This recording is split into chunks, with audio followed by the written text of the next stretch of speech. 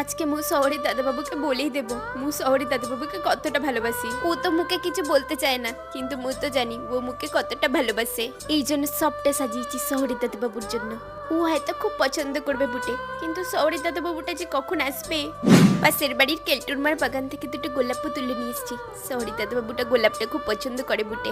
ও আসলে চোখটা বন্ধ করে মু ওকে বলবো, মু তোকে ভালোবাসি। কাকে ভালোবাসো জবা? শহরের দাদাবাবু। নিশ্চয়ই ওর মতো কোনো কেউ কাউকে পছন্দ হয়েছে। ও সুজি প্লিজ শাট আপ। সুজি দিদিমণি তুই?